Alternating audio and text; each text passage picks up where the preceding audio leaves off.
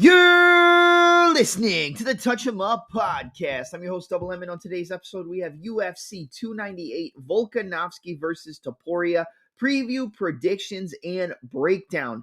The fight takes place this Saturday, February 17th, from the Honda Center in Anaheim, California, with a main event bout to determine the king at 145 pounds between the longtime reigning defending greatest featherweight of all time, Alexander the Great Volkanovski, defending the championship against the undefeated challenger with almost all finishes to his name, explosive striker, amazing grappler, and standout wrestler in Ilia El Matador Topuria, coming in with an undefeated record of 14 victories and no defeats, with Volkanovski holding an impressive record of 26 victories with 3 defeats, but 2 of those losses come via a razor-close decision to Islam Makhachev in a move up to 155, and a short notice finish loss to Islam Makhachev as well. But without any further ado, let's get this started and step into the ring. All right, guys, all right. I'm pretty excited to break down the card. I watched a lot of tape this week. I feel like I have a pretty good understanding of how the fights are going to play out. We started off last week's card hot, 6-1-1 out of the 8 fights on the prelims, and then the main card just kind of fell into shambles for us. Joe Pyfer got fraud checked, definitely got fraud checked. He should have been able to put away Hernandez, and honestly, this just goes to what I say when it comes to the way betting has become in MMA, because I've been sucking. Last year I sucked. This year I've been doing a little bit better, but if you feel like there's a 95% chance that a fight's going to finish inside the distance, if it's 2 finishers, I know this is going to be contradictory, but bet the over. Bet the fight to go the distance, because a lot of the times you think that these new up-and-coming guys are just going to run through these long-time stablemates of the division, and you realize that they're not going to be able to do that. It's not that easy when you get to the top of the class. And just because you're able to put away Joe Schmo and GM3 with big shots, who's been finished multiple times before, and that's not a knock on Pyfer, it's just analyzing the situation for what it is. When you get those type of guys and then you go into your new main event setting, and it's the first time you fought the top of the heap, they don't fall down.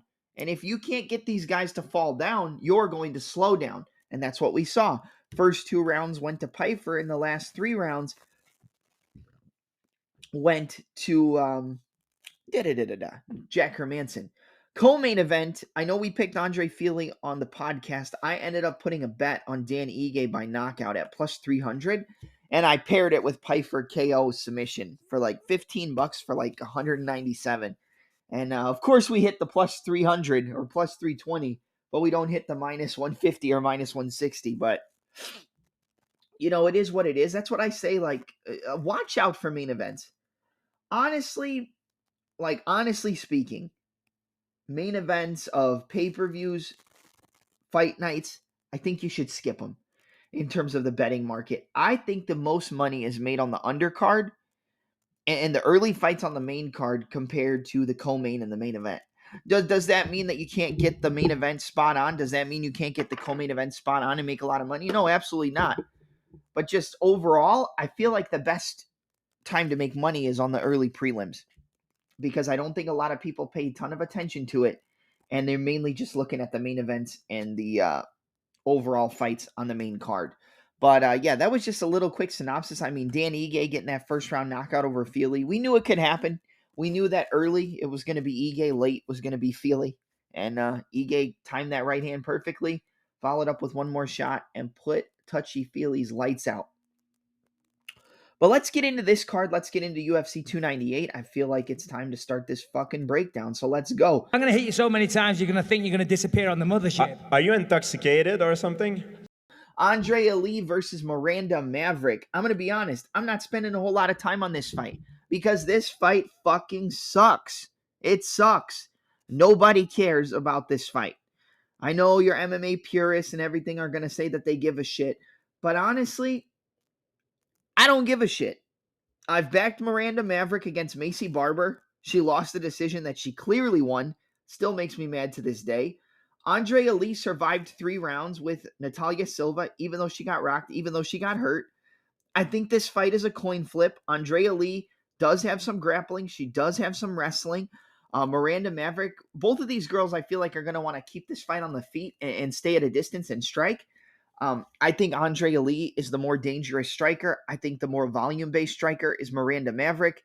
But just based on the style of fight that Miranda Maverick usually outputs, I'm going to go with Andrea Lee. I'm going to go with Lee. Again, I wouldn't bet women's MMA except for one fight we're going to talk about in a little bit. But this fight I would stay away from. But I think it's going to be a close fight either way. There's going to be a lot of exchanges on the feet. Some that Maverick wins, some that Andrea Lee win. If Miranda Maverick uses her wrestling and gets some takedowns to secure the rounds, then I think she could win. But Miranda Maverick has a style that is a point fighting style, which probably means this fight is going to end by split decision. I don't see a submission. I don't see a TKO. I think this fight goes to the scorecards and we get a split. Probably the best bet would be to bet the fight ends by split decision because, like I said, I don't think we're going to get a finish. If we do, I think it might be Miranda Maverick late, but I'm going to go with Andrea Lee via split decision. I just feel like Miranda Maverick's a little bit overhyped, and she doesn't deserve all the hype that she gets in certain aspects. But still a good fighter, still knows how to, strike it out on the feet, put combinations together well. But I'm going to go with Andrea Lee via split decision. Up next, Oban Elliot taking on Valentine or Vale Woodburn. You're not going to know a lot about Vale Woodburn if you don't go back and look at his regional tape. And the one thing I'll tell you is that Bo Nickel fight doesn't tell you everything that you need to know. Vale Woodburn was undefeated before he came into the UFC, and he got fed to Bo Nickel and got knocked out. And people are going to come into this fight and just immediately ride on Oban Elliot coming off the Contender Series. Elliot was clearly winning the fight on the Contender Series until he got clipped with a big right hand, got rocked, got hit with another shot, got dropped bad, got rocked again multiple times in the fight, but was able to just push forward, control the pace, and win. But I almost feel like he was able to keep consciousness in that fight because of the fact that his opponent in, what was his name? Kaike? Let me see. Kike Brito. Okay. Kike Brito. So the fight with Brito on the Contender Series, Brito could have finished Oban Elliot, but he didn't put his foot on the gas as much as he needed to. I think it was more due to a cardio issue, and he didn't want to close the show. But big right hands, dropped him multiple times. But the wrestling, the forward pressure, the chain wrestling, the takedowns, the top control. Oban Elliot is a good grappler. He's a good wrestler, and he's a decent striker on the feet. The more well-rounded fighter in this fight is Oban Elliot, 100%. But Vale Woodburn, this guy can crack, man. He's got big slam takedowns. Everything Woodburn does is 100% power and 100% looking to finish the fight. Woodburn, big takedowns, big uppercuts, big hooks. Seen him knock out guys standing over them while they're in a turtle position on the ground. Knock the dude out, just hit him in the temple, put him out cold. Knocked him out with one shot on the feet. Big uppercuts. I think the uppercuts and knees are probably the best weapon that Vale Woodburn can use in this fight. Overhands, uppercuts, and knees right up the middle because I expect Oban Elliot to look to use the jab, close the distance, and then eventually just try to push Woodburn up against the cage. There's a big strength advantage for Vale Woodburn in this fight, but I think the big technical advantage overall in terms of mixed martial arts games go to the Welsh gangster in Oban Elliot. 9 victories. He's got 4 decisions, 2 KOs, 3 submissions. So he's kind of an even fighter. You can't really expect the guy to get a finish, and you can't really necessarily say that it's going to go to a decision. All I will tell you is that the 2 losses that Oban Elliot has are by knockout. If anybody can knock out a guy like Oban Elliot, I feel like it's a guy with the power of Vale Woodburn. But the overall forward pressure, the ability to stay in the fight, the takedowns, the top control, I think Oban Elliot wins this fight. I think Elliot has more to offer. I think he has more weapons in his MMA game.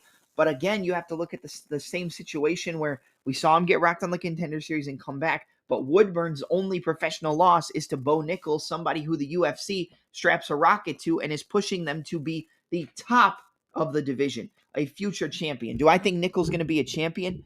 I don't, but I think he definitely will get high in terms of rankings in the division. But I don't think he'll be a champion. I think this fight is kind of a coin flip, but I'm going to go with the fighter I've seen more from, and I'm going to go with Oban Elliot. I think he's more durable. I think he knows how to survive. I do think if anybody can put his lights out, it is Val Woodburn. So if you take Woodburn, it's going to be Woodburn by knockout.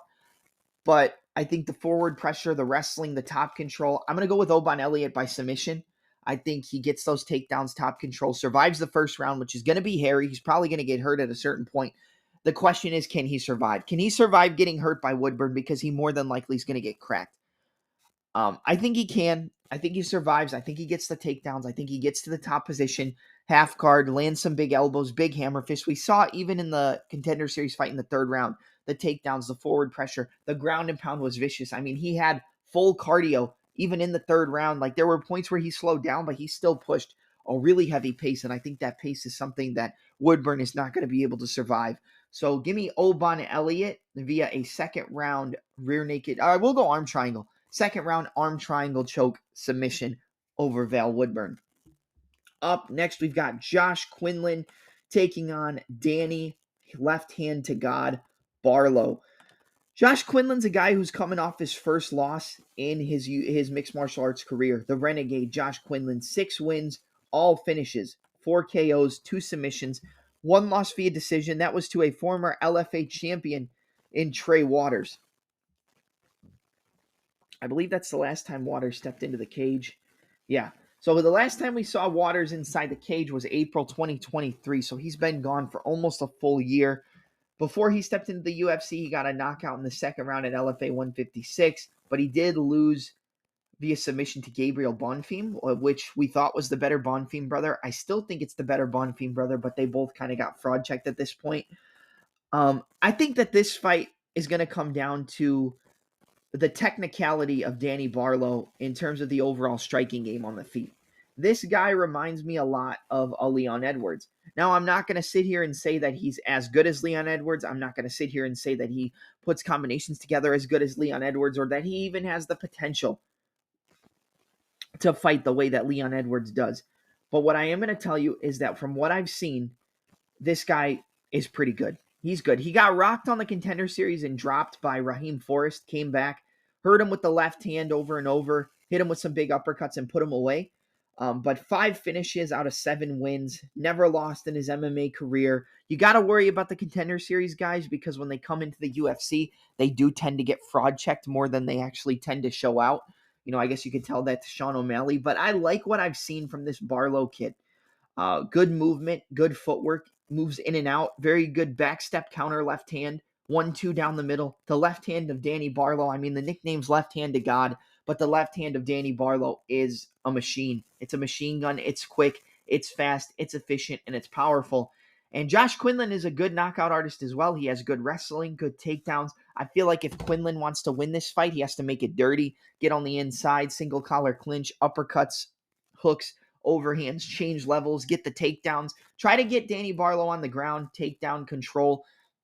Look for ground and pound. Look for a submission. I think the wrestling of Josh Quinlan is what brings the victory to him in this spot. But I also think that Barlow's just too sharp for him, man. I think he's too sharp for Quinlan.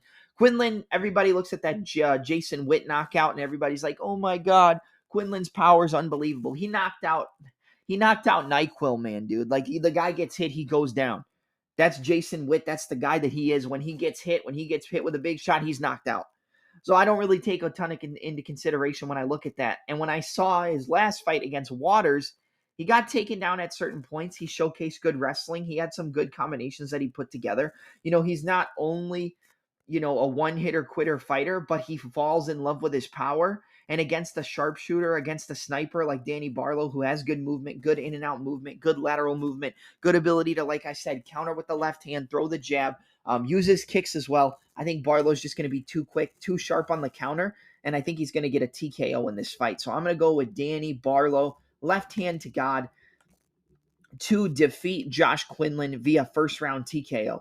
I think that Quinlan's going to try to land the big power. And don't get me wrong, if Quinlan lands a big left hook, if he lands a big overhand right, he can 100% knock out Danny Barlow, which makes this fight tricky. The Oban Elliot Val Woodburn fight and the Danny Barlow Josh Quinlan fight. It makes it tricky from a betting perspective because do you want to put your money on these guys who haven't necessarily been tested inside the UFC, except for Woodburn, but we saw what happened.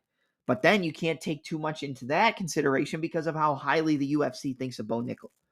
But I'm going to go with Danny Barlow, like I said. I think he's just too sharp, too clean. Quinlan has good striking. He uses good low kicks. He has good wrestling. The best way for Quinlan to win this fight is to get on the inside, get to the body lock, use the takedowns, use the top control, try to land big ground and pound, and tire out Danny Barlow, because the first round is going to be a shootout. But I think it's a shootout that the more technical and sharper striker wins. So give me left hand to God, Danny Barlow, first round TKO over Josh Quinlan.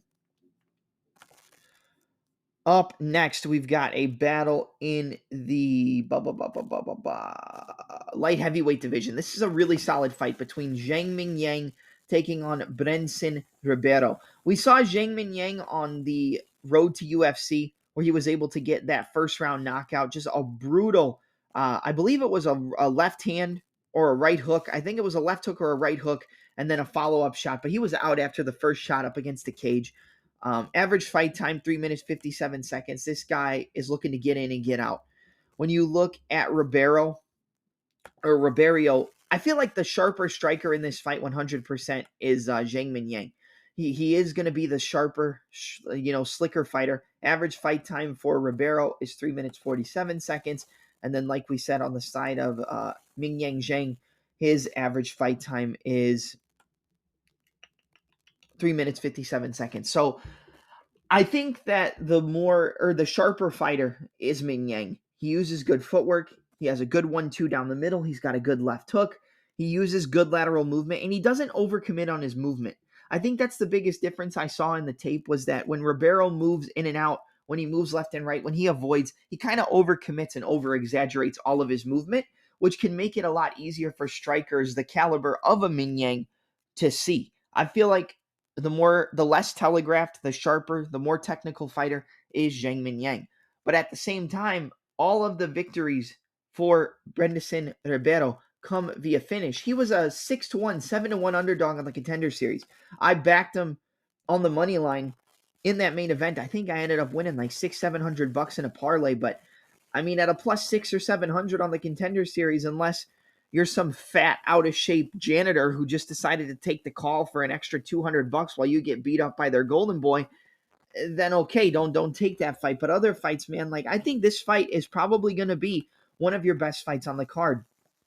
I really do. I see a lot of areas in this fight where both guys can win. I do think we get a finish. But, I mean, you look at Ribeiro, 9 wins by KO, 6 submissions. Out of his 5 losses, he's been finished 4 times, 2 submissions, 2 KOs. When you look at Zhang Minyang, he's got 16 wins, 16 finishes, 10 KOs, 6 submissions. Out of his 6 losses, 3 losses by KO, 2 by submission. The Mountain Tiger versus, what's Ribeiro's nickname?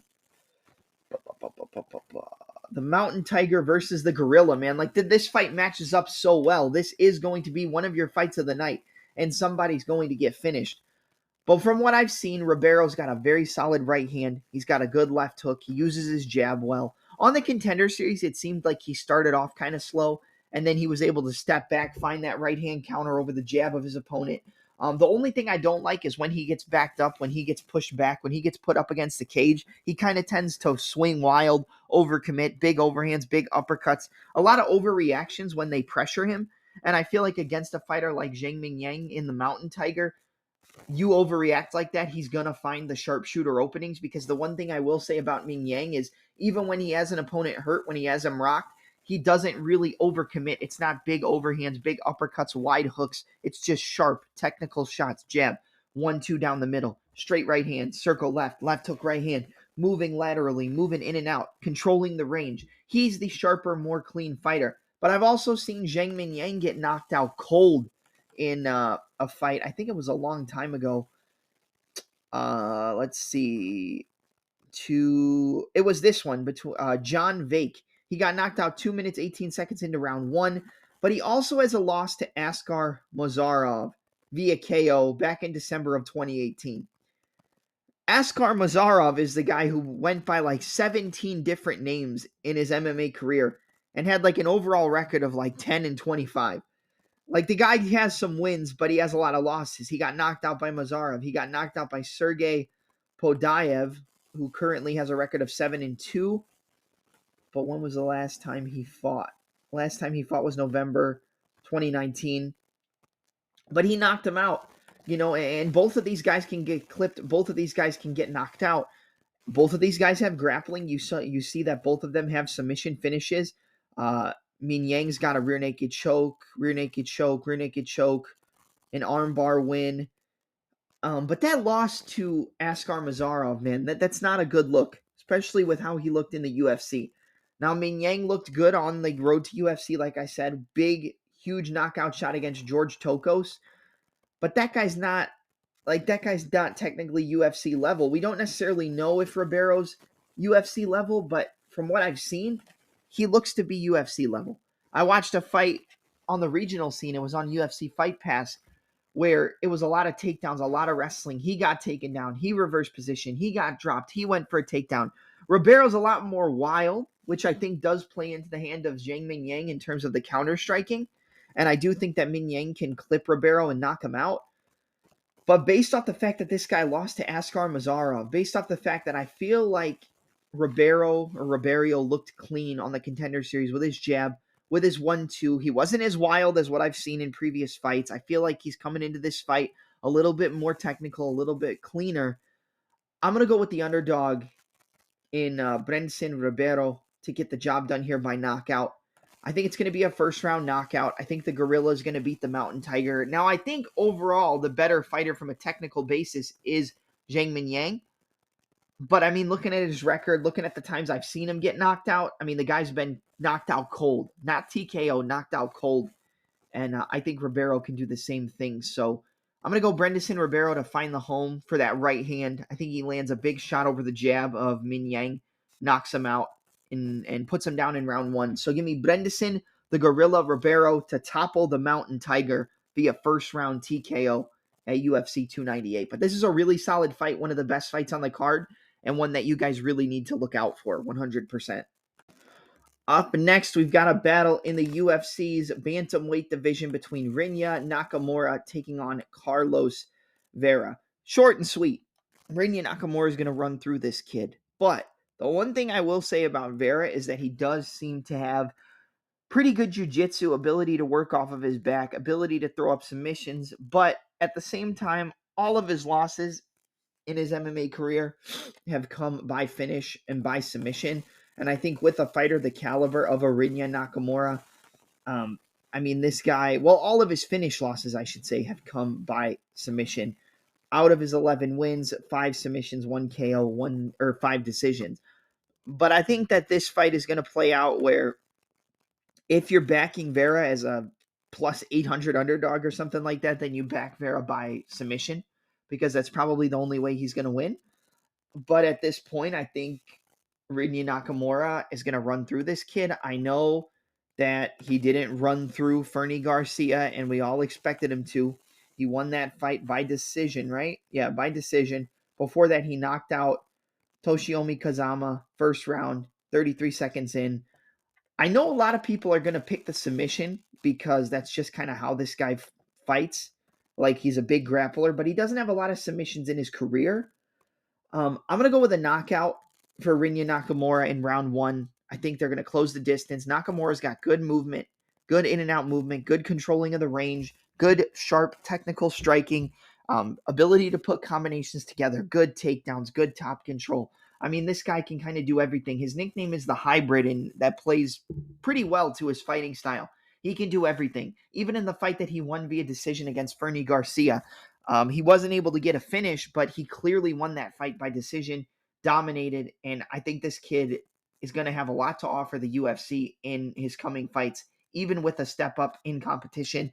The Toshiomi Kazama fight, I know he knocked him out. It looked good then. Garrett Armfield knocks out Toshiomi Kazama early in their fight, so that puts a little asterisk on that fight, but then you saw what Garrett Armfield just did to Brad Katona in Katona's home country of Canada. I'm going to go with Rinya Nakamura by first-round knockout. I think he catches him stepping in, jumps on him, and then gets him out of there with a TKO. So we're going Rinya Nakamura, first-round TKO against Carlos Vera. But quick breakdown, wouldn't bet this fight, wouldn't bet anything except maybe Nakamura to win in round 1. But other than that, I mean, I feel like you're kind of grasping at straws there. If they give you like the finish line via KO sub at like anything under minus 300, then I would take it.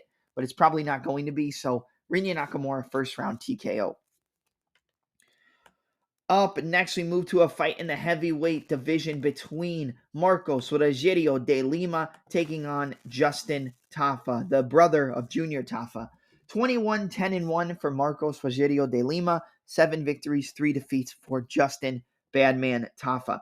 Who is the more well-rounded fighter? Marcos Rogerio de Lima. Who is the better grappler? Marcos Rogerio de Lima. Who's the fighter who's probably going to have the better cardio over 15 minutes? Marcos Rogerio de Lima. Who's the fighter that's probably going to win the fight? Justin Tafa. I'm going to be honest. I'm really going to be honest with you guys here. I think that Justin Tafa is going to find the chin of Marcos Rogerio de Lima and knock him out in the first round. Now, if it goes into the second, if it goes into the third, I do think de Lima probably has controlled the range, pushed Justin Tafa up against the cage, gotten takedowns, used good low kicks to close the distance as well, and, probably just out-techniqued a guy like Tafa, but we know that de Lima's the better fighter. The path of least resistance, get the takedowns, top control, half guard, full mount, ground and pound, either a ground and pound TKO or a submission. But he also has good striking, he's got good low kicks, and he puts his combinations together well. But we saw him get knocked out in about 30 seconds in the first round against Derek Lewis with a flying knee. The minute this guy gets hit, the minute this guy gets hurt, he tends to kind of ball up and call it a day unless he's in control. And with the power of a guy like Justin Tafa, we have seen Tafa get knocked out before by Yorgan De Castro, but I think the power right hand, the big left hook of Justin Tafa, I think the minute he finds the chin of Marcos Rogerio de Lima, he's going to put him out and he's going to finish the fight. So I'm going to take Justin Tafa via first round TKO. I think it's a pretty self-explanatory fight. I could see it going long, but I don't think we make it the decision. I don't think we make it the distance. But if I'm going to pick a winner, I'm going to go with the underdog in Justin Tafa because he has that one-hitter quitter knockout power. But at the same time, de Lima does have the takedowns, the top control, the submissions, the ground and pound, the really solid low kicks to kind of slow down that boxing approach of Tafa. But I'm going to take Tafa first-round knockout. I think he finds the chin of Marcos Rogerio de Lima. I'll even go as much to say as he does it in the first 90 seconds. I'm going to go with a first-round KO within the first 90 seconds of the fight for Justin Tafa, landing that big right hand on the chin of Marcos Rogerio de Lima and putting him out. Amanda Lemos versus Mackenzie Dern. Very interesting fight, but I feel like the odds are very, very, very off in this one. Everybody's looking at the Jessica Andrade fight for Mackenzie Dern and the Jessica Andrade fight for Amanda Lemos. Andrade has wins over both of these girls. One, a TKO most recently over Mackenzie Dern, which Dern just looked absolutely dreadful and got knocked out, but got dropped like 20 times. And then Amanda Lemos got submitted with a standing arm triangle choke in the first round. Now, could Dern get a standing arm triangle? Could Dern lock up a submission? Yes. The only way that Mackenzie Dern wins this fight is by getting on top of Amanda Lemos, getting the arm bar, getting the back, looking for a rear naked choke, and submitting Amanda Lemos. Case in point. Amanda Lemos doesn't have the best takedown defense. She does get taken down. She does get controlled. She got taken down and controlled by Weili Zhang, but I think Zhang could do the exact same thing to Mackenzie Dern. I think she could take her down. I think she could do whatever she wants to most of the girls in this division. But when I break this fight down, I just see a fighter who is so much more comfortable on the feet against a fighter who, yes, does have really good jiu-jitsu, who, yes, can look for submissions, but doesn't have good takedowns, doesn't have good takedown entries, and doesn't really know how to get the submissions and grappling off unless they get into a scramble where Mackenzie Dern just somehow winds up on top. And I don't think Lemos is going to give that to her. Now, do I think Lemos is that hard to take down? No. She has a 55% takedown defense. Mackenzie Dern only has a 14% takedown accuracy rate. So although she's this world-class jiu-jitsu grappler, although she showcased good striking against Angela Hill, and yes, Angela Hill did give Amanda Lemos a close fight, but she ate a front kick to the face for it, I think this is Amandina all day. As Lucrative MMA says, this is Amanda Murder all day. And at minus 135, Jesus Christ, that's one of the best numbers you could get. Even if it goes to minus 190, you're getting a great number on Amanda Lemos. Because Lemos is very technical on the feet. She's got good kicks, good boxing, very good left hook, good overhands, 1-2s down the middle, good low kicks, can even jump guillotines and defend takedowns. We saw in the fight against Michelle Waterson, she wizarded the takedown, kicked her way back up, wizard kicked, and then jumped on the arm in guillotine and got the sub. I even think Amanda Lemos could submit Mackenzie Dern in this fight with a front choke, with a guillotine if she rocks her and hurts her. But the smart thing is to keep it on the feet, keep it at striking distance, and just butcher Mackenzie Dern, which is exactly what I think Amanda Lemos is going to do. Amanda Lemos via murder. Amanda Lemos, first round TKO. I think she's going to knock Mackenzie Dern out. But at this price, just money line it. You know, if you're going to play Dern, it's probably Dern by submission. But again, a 14% takedown accuracy rate. Yes, she has good jiu-jitsu, but she doesn't have the avenue to take in order to get to the destination. Unless Amanda Lemos makes a mistake. So yes, she could get submitted, but I think more than often we see Lemos knock Dern's head into the stratosphere. If you thought the Jessica Andrade TKO was bad, I think Amanda Lemos is going to do her even worse. I'm going to go with a clean KO in round 1. A big right hand or a big left hook that puts Mackenzie Dern out cold. Amanda Lemos, first round knockout at minus 135. Hammer that motherfucker. Go back for you, go for Jesus. Don't forget Jesus, people. All right, up next, we're going to move to a battle in the first fight on the main card in the middleweight division between the number 15 ranked middleweight and Anthony Fluffy Hernandez taking on the standout kickboxer in Roman Kopylov. Now, these are two guys that I don't like to pick against. I rarely ever pick against Kopylov, and I rarely ever pick against Anthony Hernandez. And I feel like this fight is... it could go one of two ways. If it's a straight-up striking match, then Kopylov's probably going to win with a body kick. He's going to land that big left kick to the body or a big head kick and put down Anthony Hernandez. More than likely to the body because he has a little bit of a fluffy body.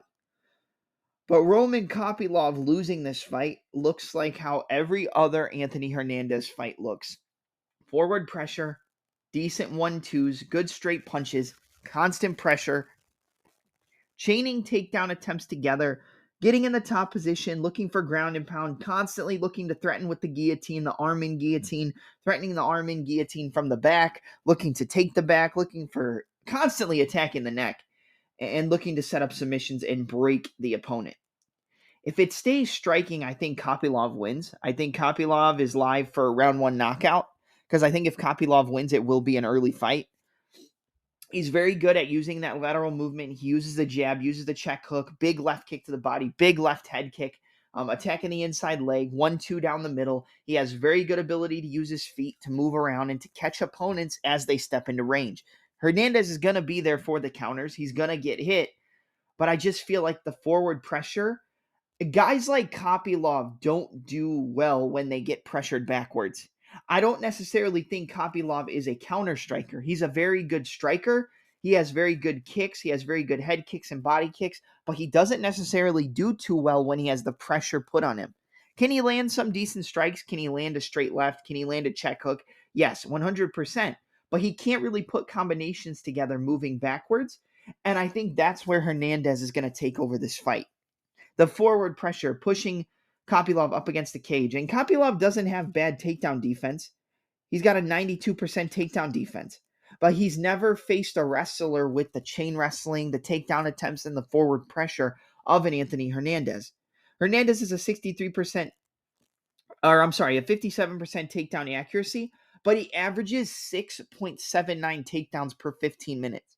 He averages almost 7 takedowns in a 15-minute fight, which averages out to about 2 takedowns around, 2.5 takedowns around. But that doesn't count. He shoots, if he's getting 6.79, that means that he's shooting 12, 13, 14, 15 takedowns, which would equal out to about 3 takedowns around. But you're not counting the forward pressure, the over-under clinch, pushing up against the cage, knees, elbows. Of course, Kopylov can knock out Anthony Hernandez with a body kick, with a head kick. The forward, as he moves forward, 100% he's live for a knockout. But the longer this fight goes, the more the fight moves in the favor of Anthony Hernandez. With the forward pressure, with the wrestling, with the takedowns, with the top control, with the elbows, with the hammer fist, with the ability to look for that front choke, with the ability to look for a submission. I think Anthony Hernandez is going to break Roman Kopylov. This guy has been finished. He got finished with a knee to the body by Kevin Holland. He's been finished in other fights as well, but I think Anthony Hernandez is going to shine here. Excuse me.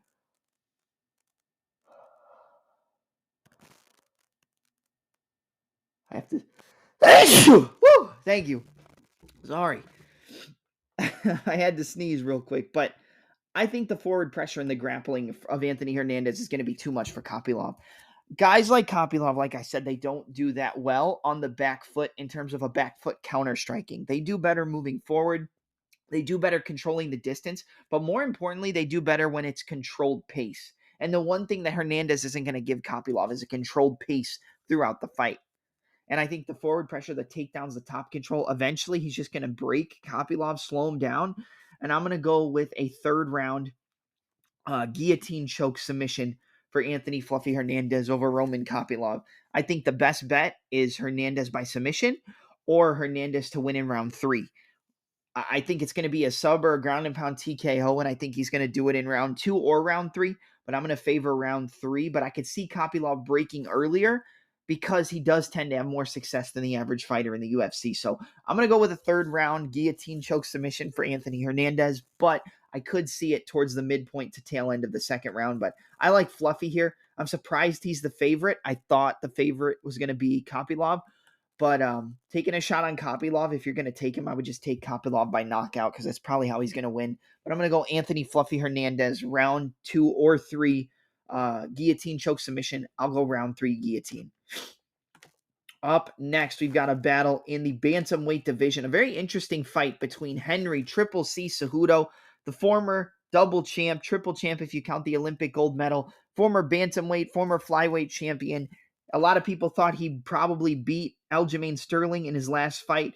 Now he's taking on Aljamain Sterling's training partner, and the more relentless training partner, the more grinding training partner in Merab the Machine Dvalishvili. I don't think I've ever picked Merab to win a fight in the UFC. I picked Aldo to beat him. I picked Jan to beat him. I picked Moraes to beat him. We got very close with the Marlon Moraes pick. I really thought he was going to knock out Merab, but he didn't. I think Cejudo, if he wins this fight, he has to win by knockout. I don't think he wins a decision. I don't think he's going to win on the scorecards. I think he has to put him out and take the approach that Moraes has. Now, the one thing that we can say is that Henry Cejudo doesn't have the same power as Marlon Moraes, but he also broke Marlon Moraes and TKO'd him to become the double champ at bantamweight for the vacant title. And at the same time, Cejudo's very fast with his knees and his kicks, and I think with the forward pressure wrestling style of a Merab, those knees, the counter knees, the head kicks, those are going to be the ways that Cejudo wins this fight. Timing the level change, timing the takedowns with knees, timing it with head kicks. If you go back and you watch the one fight that really comes to my mind, it's the fight with Dominic Cruz at UFC 249.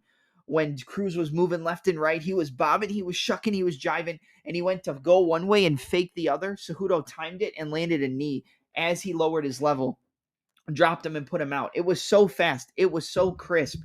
And Cejudo is so crisp and clean that he could definitely catch Merab on the takedown entry. He's got good 1-2s down the middle. He's definitely the better striker. But the more volume, the heavier pace, the takedowns, the pressure, Merab gets 6.55 takedowns per 15-minute fight with only a 36% accuracy.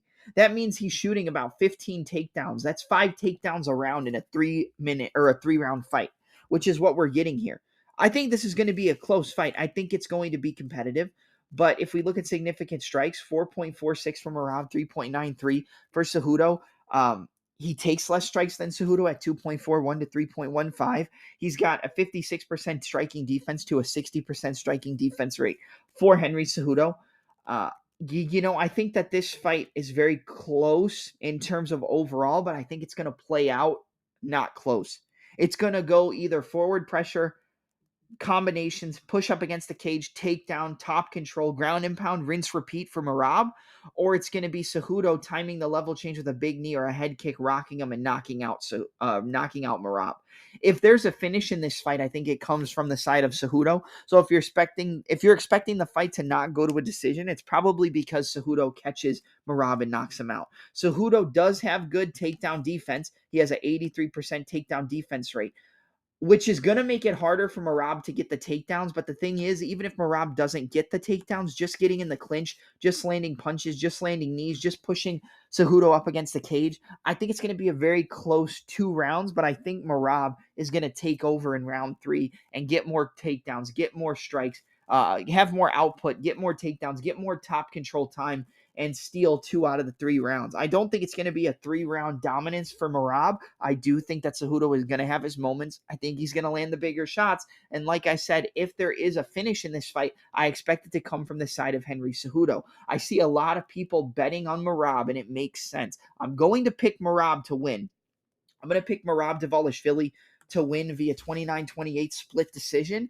I think a smart play, if you're going to bet the fight, might even be to bet the fight to end by split. Because the way both of these guys fight, usually Merab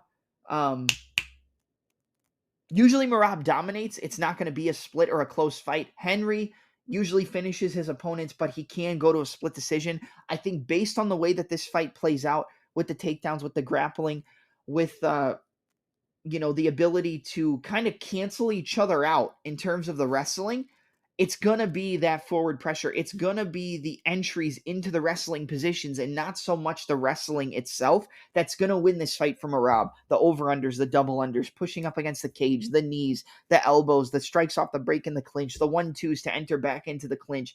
But I think Henry's going to be competitive, but I'm going to go Merab Dvalishvili 29-28 split decision. I think there is value in betting the fight to end by split decision. But if there is a finish, it does come from Cejudo landing a head kick on the level change or landing a knee on a level change and knocking out Merab. But I'm going to go with Merab, the Machine, Dvalishvili, the number 2 ranked bantamweight, to win the fight via 29-28 split decision. And now we get to the featured bout of the evening in the welterweight division between the number 8 ranked Geoff, Hands of Steel Neal, versus the number 10 ranked undefeated Ian Machado Garry. Garry comes in with a record of 13 wins, no losses. Geoff Neal, 15 victories and 5 defeats. This is a very, very close matchup. It's a very interesting fight because I don't think we're going to see a lot of grappling at all. I think it's going to be a purely striking matchup for as long as it lasts, and it's going to be southpaw versus orthodox. Ian Garry's orthodox fighter, lead left foot. Geoff Neal, lead right foot. So it's going to be the battle of the outside foot positioning. That's something we talk about on this podcast all the time, and it's no different in this matchup between opposite stance fighters. Geoff Neal is going to be looking to use that darting left hand to slip and then pivot off to the outside of the lead foot of Ian Garry. Straight left and a right hook as a counter check hook, or a check hook to circle off to set up the avenue for the straight left hand. He also has good returns on the kicks, and I think that's a big weapon in this fight. Ian Garry, 1-2s down the middle, very good straight punches, good knees as opponents try to close the distance. He has that counter knee up the middle, and he has good head kicks. We saw him drop a southpaw in Daniel Rodriguez with a big left head kick. After hitting the body a couple times, he went upstairs and hit him with that right head kick. I'm sorry, not a left head kick. Hit him with the right head kick against the left hand dominant southpaw.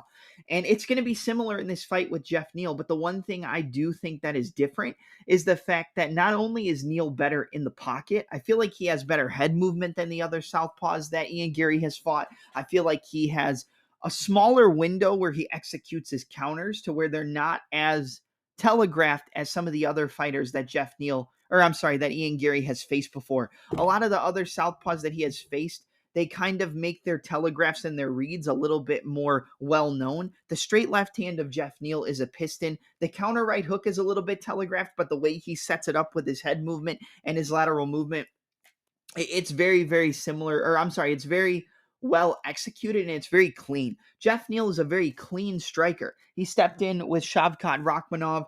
It wasn't short notice, but I think Geoff Neal was injured going into that fight because the fight had been canceled one time before.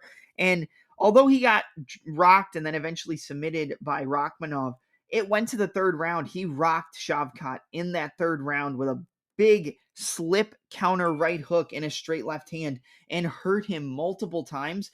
And even, was constantly landing that straight left hand, but the pressure of Shavkat gave Neal a lot of trouble. The difference between Ian Garry and Shavkat is Ian Garry isn't really a pressure fighter. He's a fighter who stays on the outside. He's a fighter who likes to keep it at range and is going to pick you apart with clean striking. Jab, 1-2 down the middle, 2-3, low kick, body kick, 1-2, head kick. He's going to be looking for the right cross to the right body kick and the right cross to the right head kick against Geoff Neal. I feel like he's going to be trying to hide a lot of his kicks behind the power in his punches, and trying to find ways where Neal isn't going to be able to get on the inside. But I noticed something. Ian Garry does very well when he's controlling the range. If he's not controlling the range and Neal is able to use that slick footwork, use that little switch 45 where he briefly switches to orthodox and then switches back to southpaw to square up the hips of Ian Garry, it's going to cut down the distance and it's going to make those sharp, clean counters that don't have a lot of windup find openings on Garry. If Garry doesn't have the distance that he needs, he's not going to be able to keep Ian Garry's not going to be able to keep that distance to land the strikes that he wants to. Ian Garry wins fights based on being pretty. And Geoff Neal is not a fighter you're going to be able to be pretty against. And I think the inside fighting of Geoff Neal, the straight left hand of Geoff Neal, the counter returns on kicks, he's very good at catching kicks and returning, are going to be a big problem. I think the biggest weapons for Ian Garry are going to be the straight right hand, the check left hook, the right body kick, and the right head kick. The right body kicks and head kicks are going to be the most effective and powerful weapons that Ian Garry's going to employ. We saw Ian Garry get clipped with a left hook from Song Kenan. We see that he has issues backing up and that he does leave openings for counters when he throws his combinations. There's no reason he shouldn't have been able to finish Neil Magny. Now, we saw Neil Magny finish off Mike Malott in the third round. There's no reason why Ian Garry shouldn't have finished Neil Magny in that fight. I feel like he played it safe. You got to take into consideration also, my boys call it the script. You got to take it into consideration all the things that Ian Garry's dealing with his wife and how they live with the ex-husband and all the fan backlash and, you know, him coming into the last fight wearing Geoff Neal's mugshot on his shirt. There is bad blood in this fight. I do think Garry is going to be able to perform, but at the same time, I think all the mental distress, even though he acts like it doesn't get to him, the fact he didn't show up to the press conference with Luque and pulled out of the fight, he was sick, yes, whatever, but the fact that he didn't know he was sick going into fight week, I mean, it just doesn't really sit right with me. I feel like a fighter like Neal who has knockout power, very good technical boxing, and very short, crisp punches, and can also return kicks as well and fight on the inside and isn't going to quit if he gets rocked. He'll try to come back, try to recover. I think Geoff Neal's going to knock out Ian Garry. And as a plus 200 underdog, I think those odds are really disrespectful, to be honest, on the side of Geoff Neal. I do not see a reason why. I guess he's undefeated. He's 13-0, but Geoff Neal gave Rakhmonov everything he could handle. Gave Rakhmonov the toughest fight of his career. He knocked out Vicente Luque, the guy who I picked to beat Ian Garry the first time. He knocked out Luque, dropped him like 3 times, and gave him a fucking brain bleed from how bad he whooped his ass. Now, it's a different fight with Garry and Luque. He's going to have a 4-inch height advantage and but no reach advantage. I'm sorry, let me rephrase that. Ian Garry's 6'3", Geoff Neal's 5'11". There's going to be a 4-inch height advantage, but there's no reach advantage. 75-inch reach for Geoff Neal, 74.5-inch reach for Ian Garry. So even though he's taller, and yes, he probably can use his reach and range a little bit better, when it comes down to it numerically, he doesn't actually have a reach advantage over Geoff Neal. And I think Geoff Neal's straight left hand, the right hook, the left head kicks, the body kicks, the inside fighting with the uppercuts and the hooks, he's very, very clean with his short, crisp, tight punches. I think he's going to catch Ian Garry on the chin, and I think he's going to knock him out. I'm going with Geoff, hands of steel Neal, to hand Ian Garry his first professional loss in MMA via a second-round TKO. I think Geoff Neal's going to put a whooping on Ian Garry in this fight. Now, could Garry keep him at a distance? Could Garry land a head kick and hurt him? Yes. Could he land a body kick and hurt him? Yes. Could he keep him at a distance and outpoint him? Yes. But with the way Geoff Neal fights, with the heart that Geoff Neal has, with the technique and crisp tools that he has in his toolbox, I think the counter ability of Geoff Neal is going to be on point here, and I think he's going to catch Ian Garry with those big counters as Ian Garry's backing up on the retreat. Just big counter shots and just short, crisp punches that Garry doesn't see, and he's going to put him out. So give me the number 8 ranked Geoff Hands of Steel Neal to defeat the number 10 ranked Ian Machado Garry via second round knockout in this fight at UFC 298. Up next in the middleweight division, you have the co-main event of the evening between the number 3 ranked Robert the Reaper Whittaker taking on the number 6 ranked Paulo Borrachinha, the Eraser Costa. Whittaker versus Costa. If it stays on the feet and it goes to a decision, we know how Whittaker's going to fight. Whittaker's going to jab, 1-2, stay on the outside, move in and out with the karate stance.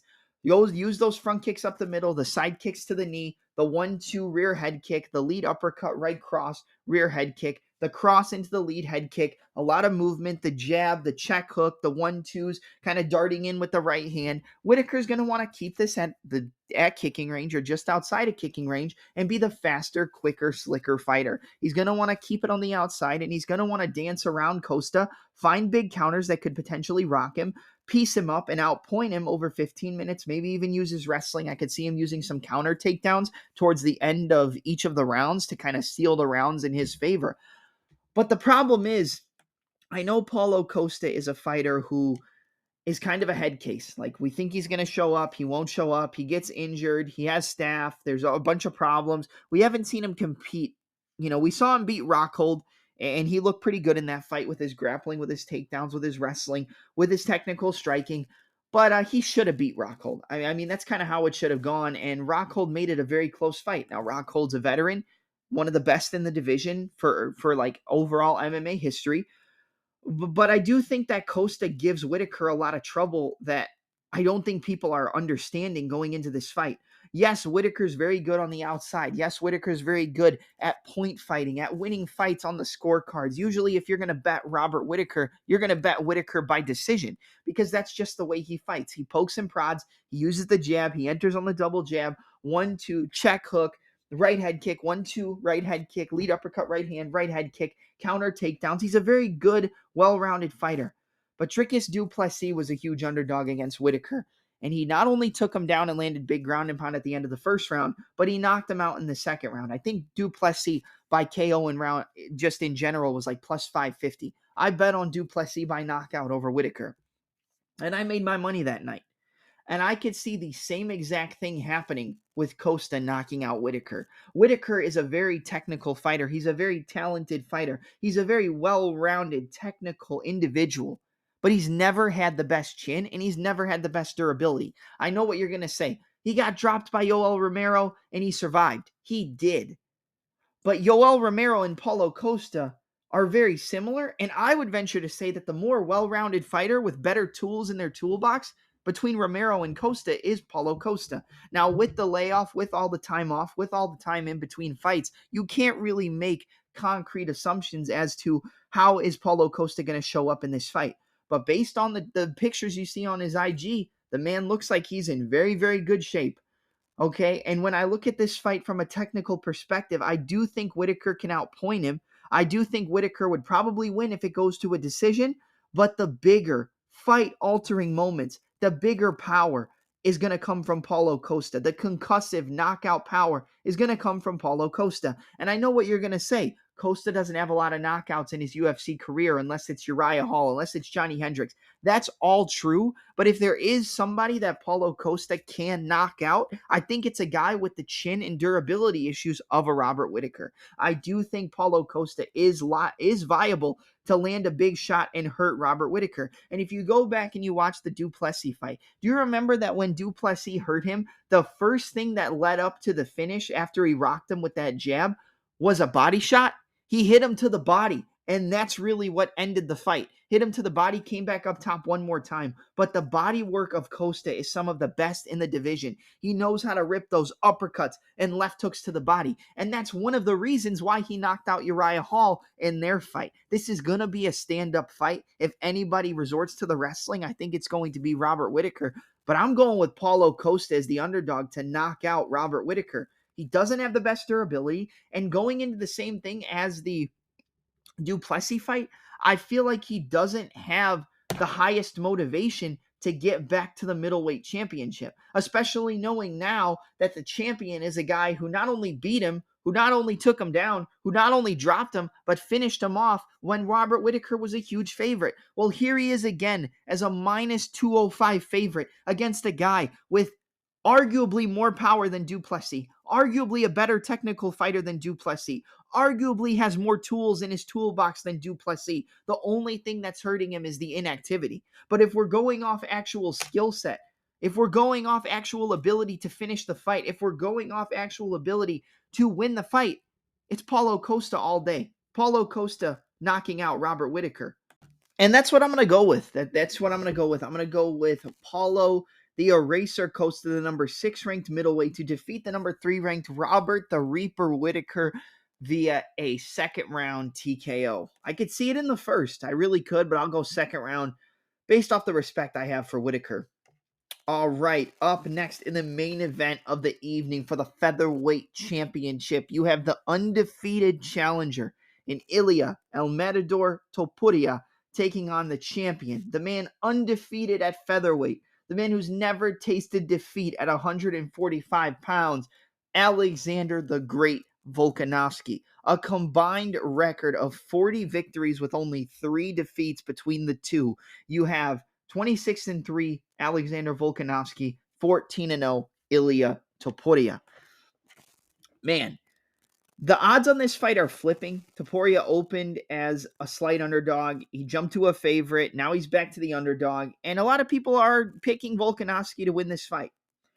I 100% get it. I think that he is the more well-rounded fighter.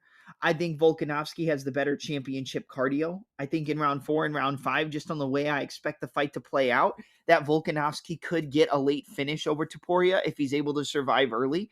I 100% get it. I think the wrestling is going to kind of cancel each other out. But I think the stronger fighter is Ilia Topuria. I think Topuria is stronger. He has more knockout power. He has stronger takedowns, stronger top control. I think the better ground and pound comes from Volkanovski.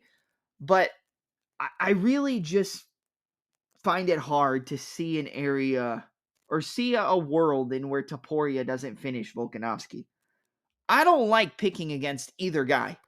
I've never picked against Volkanovski. I've never picked against Topuria. Ever on the podcast, one time. This is the first time I'll have to make a decision with 2 of my favorite fighters in the UFC and who I think is going to win.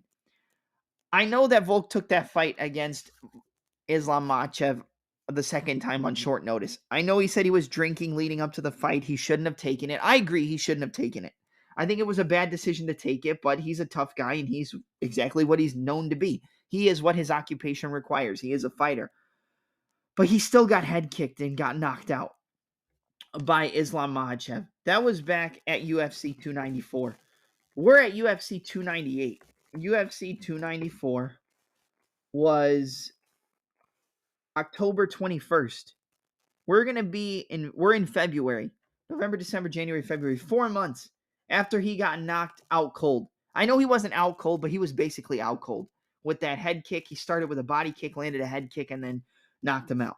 Was Volk prepared? No. Was he ready to take the fight? No. Should he have taken the fight? No. But does that change the fact that he got knocked out? No, it doesn't. And I think that even if he wouldn't have taken that Makhachev loss the way that he did, it still would have been a close fight. And I'm not saying I would have picked Topuria to beat Volkanovski before, but I still would have felt like Volkanovski was liable to get knocked out against a guy who hits as hard and as clean and as technical and is as fast as Topuria.